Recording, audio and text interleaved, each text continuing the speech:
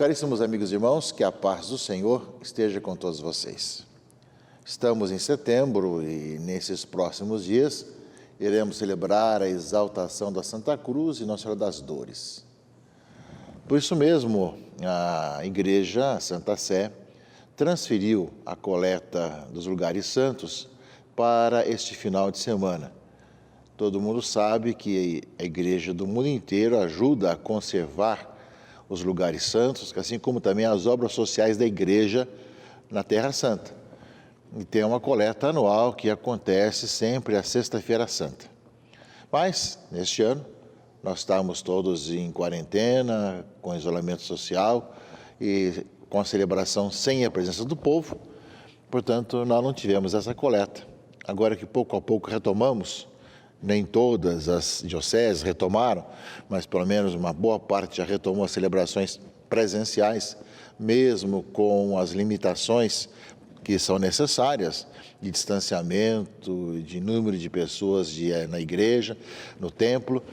Mas assim mesmo, então nós temos nesse final de semana essa coleta pelos lugares santos, que é um gesto muito bonito de conservar os lugares por onde Jesus histórico passou, além da Igreja Católica, através da custódia da Terra Santa, fazer tantos trabalhos sociais, educacionais, culturais, que é a presença da Igreja junto às pessoas necessitadas da Terra Santa. Então, que esse final de semana pensemos e reflitamos também sobre isso.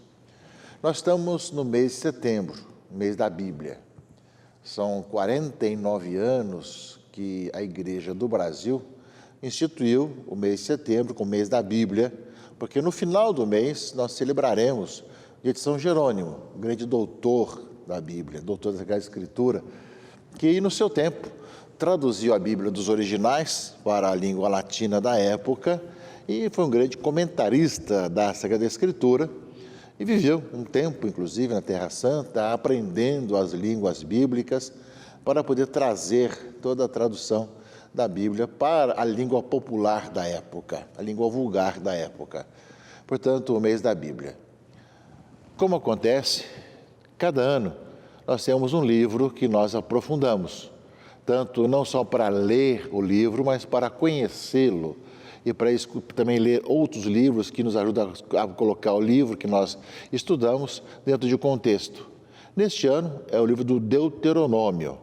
Cada ano é um livro bíblico, esse é o livro do Deuteronômio, e tem como tema Abre tua mão para o teu irmão, Deuteronômio 15, 11. É o tema desse mês da Bíblia, utilizando o Deuteronômio e ao mesmo tempo falando da questão social, que é o tema também da campanha da fraternidade, que norteia um pouco os vários temas do mês desse ano, inclusive, do mês da Bíblia, inclusive. Portanto, que nós saibamos também aprofundar, conhecer e um pouco mais o livro do Deuteronômio e, como consequência, saibamos também partilhar com os outros. Os nossos cristãos, católicos, durante esses meses todos de necessidades, nós partilhamos, vemos cada paróquia, cada instituição, cada obra social, cada comunidade partilhou e muito. E foram mais toneladas e toneladas de alimentos distribuídos, está sendo ainda, e não só de quentinhas para os que estão nas ruas, mas também das cestas básicas para as famílias que estão desempregadas, que não tem ninguém que as ajude, e temos sido assim, realmente esse canal onde os benfeitores podem ajudar a tantas pessoas. Abre tua mão para o teu irmão. É o tema do mês da Bíblia desse ano. Mas junto com o tema concreto de ajudar o outro, que nós também procuremos ainda mais valorizar as Sagradas Escrituras em nossa vida, que lemos todos os dias, na liturgia das horas, na liturgia da missa, nos sacramentos, na Lectio Divina, na leitura da Bíblia. Mas tem um mês para que a gente possa aprofundar mais sobre a Sagrada Escritura, sobre um livro da Bíblia e conhecer um pouco mais os vários contextos em que ele foi escrito e a que se refere também àquilo que ele narra. Então, são oportunidades que, além daquilo que já temos cada dia do ano, de continuar nos alimentando e conhecendo e aprofundando um pouco mais as Sagradas Escrituras. Nós estamos no 24º domingo do tempo comum, nesse final de semana, e a palavra de Deus, meus irmãos e irmãs, fala sobre o perdão, a reconciliação. O Evangelho de Mateus 18 vai lembrar bem isso. Quantas vezes devo perdoar se meu irmão pecar contra mim? Até 7 vezes? Não te digo até 7 vezes, mas até 70 vezes 7. Não se trata apenas de contar as vezes que nós perdoamos. 7 e 70 vezes 7 quer dizer sempre. Devemos perdoar sempre. Ou seja, é um número simbólico que lembra para nós essa generosidade. Quem é perdoado, de quem experimentou o perdão na sua vida e por isso mesmo perdoa os outros.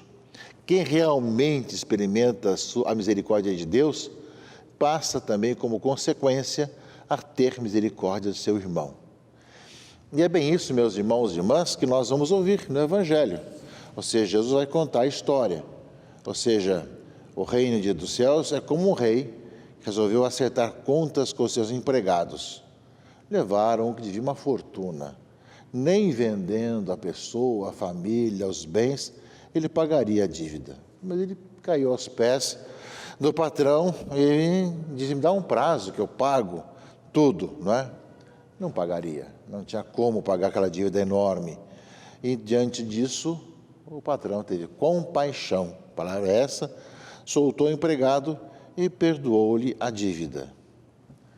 Porém, ele não fez o mesmo com o outro, que lhe devia algum certo dinheiro, que não era tanto assim. Fala aqui que, empregando com um dos seus companheiros, que lhe devia apenas 100 moedas, uma coisa mínima, e pediu também a ele um prazo. Ele não teve a mesma compaixão que ele havia recebido e mandou justamente colocar na prisão, sufocando aquele que lhe devia isso. Aí, as pessoas viram, mas ele experimentou a misericórdia, o perdão, e não foi capaz de perdoar o outro, não é?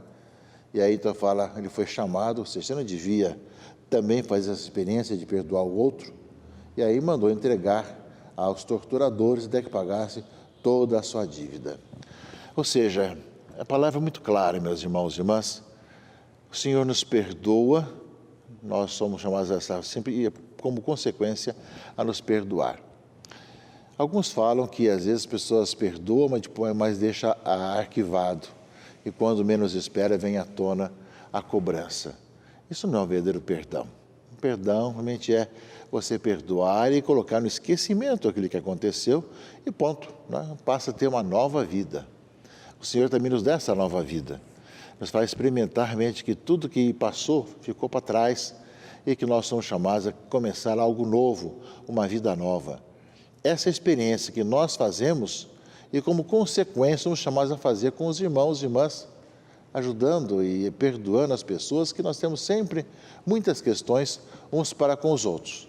Inclusive, meus irmãos e irmãs, na leitura primeira do Eclesiástico, lembra isso, ou seja, quem se vingar encontrará a vingança do Senhor, que pedirá severas contas dos seus pecados.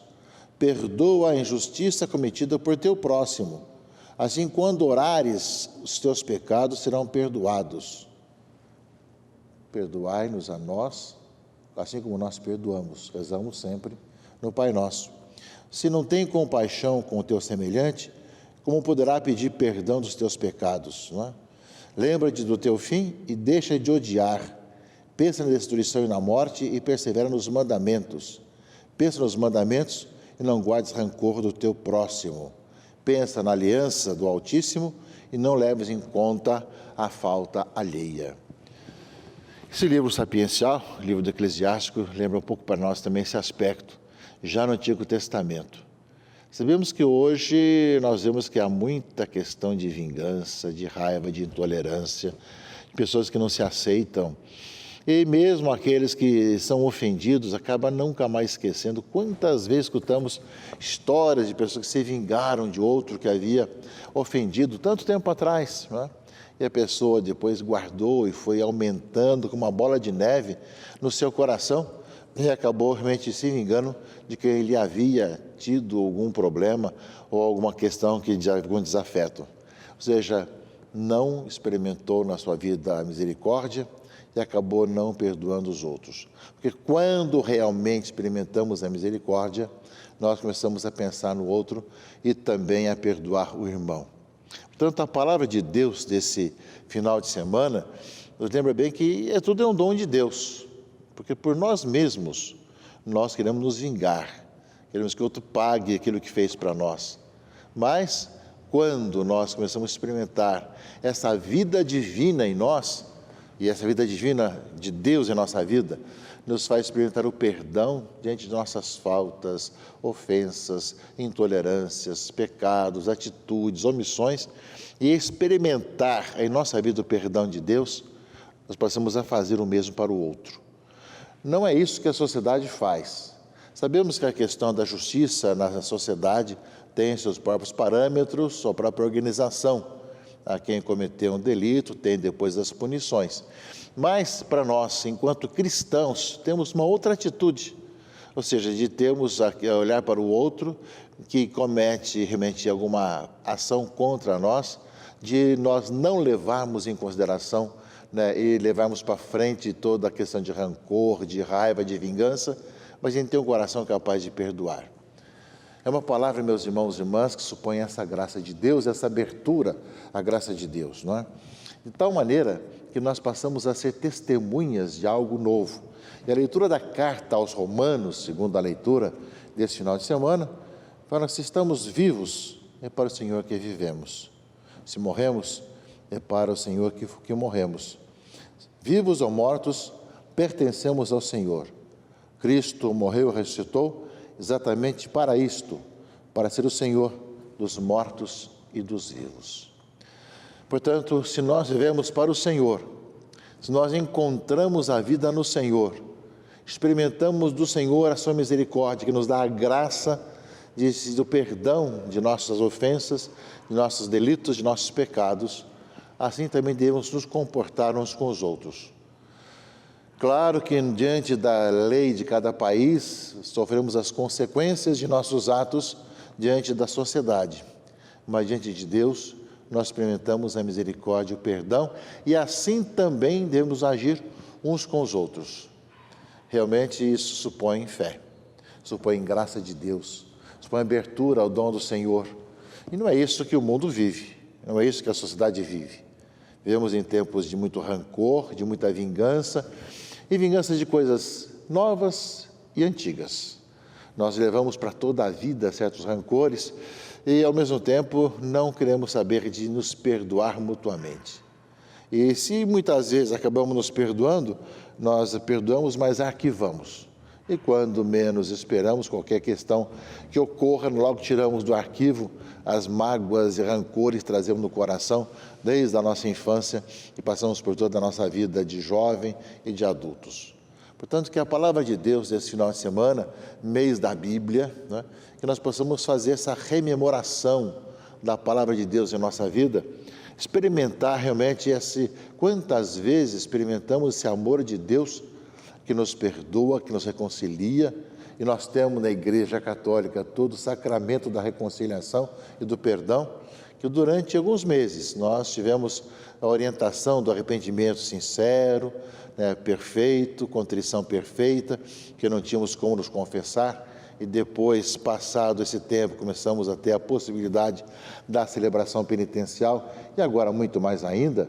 Portanto, meus irmãos e irmãs, que nós possamos, de coração sincero, também seja celebrando a penitência, celebrando a confissão, seja também nos encontrando uns com os outros, fazer a experiência da misericórdia, do amor de Deus, e que esse amor de Deus, misericordioso em nossa vida, faça com que nós distribuamos também, nesse tempo e nesse mundo, a misericórdia de Deus, que sejamos sinais dessa reconciliação. Por isso, meus irmãos e irmãs, vivamos bem esse dia do Senhor, esse final de semana, e que Deus abençoe a todos, em nome do Pai, e do Filho e do Espírito Santo. Amém.